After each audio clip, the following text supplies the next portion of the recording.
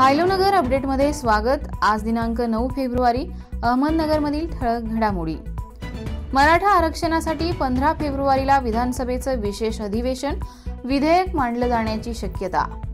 आसाराम बापूंची सुटका करा, भिडे गुरुजींच्या शिवप्रतिष्ठानसह छावा व वारकरी संघटनेची मागणी। नगर जिल्ह्यात पीसीपी एनडीटी कायद्याची कठोर अंमलबजावणी करा, जिल्हाधिकारी सिद्धाराम सालीमठ यांचे निर्देश। महापालिकेची अग्निशमन यंत्रणा सक्षम करा, आम आदमी पार्टीची निवेदनाद्वारे मागणी। नागवडे पती पत्नीचा काँग्रेस जिल्हाध्यक्ष पदाचा राजीनामा, विधानसभा निवडणूक लढवण्याचा राजेंद्र नागवडे यांचा निर्धार। खासदार सुजय विखे पाटील यांनी अयोध्येत जाऊन प्रभू श्रीरामांना अर्पण केले लाडू, नगर जिल्ह्यातील माता भगिनींनी बनवला होता नैवेद्य। नगर शहरात विकास कामांच्या माध्यमातून जनतेची सेवा करण्याचे भाग्य, आमदार संग्राम जगताप यांचं प्रतिपादन। विविध मागण्यांसाठी आज वकिलांचा जिल्हाधिकारी कार्यालयावर महामोर्चा, वकील बांधवांना संरक्षण देण्याची मागणी।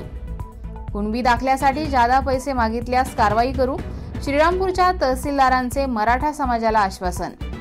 अल्पवयीन मुलीवर अत्याचार करणारा आरोपी गजाआड, पाथर्डी पोलिसांची कारवाई। असेच अपडेट्स मिळवण्यासाठी आयलोनगरच्या 77 98 300 400 या नंबरवर मिस कॉल द्या।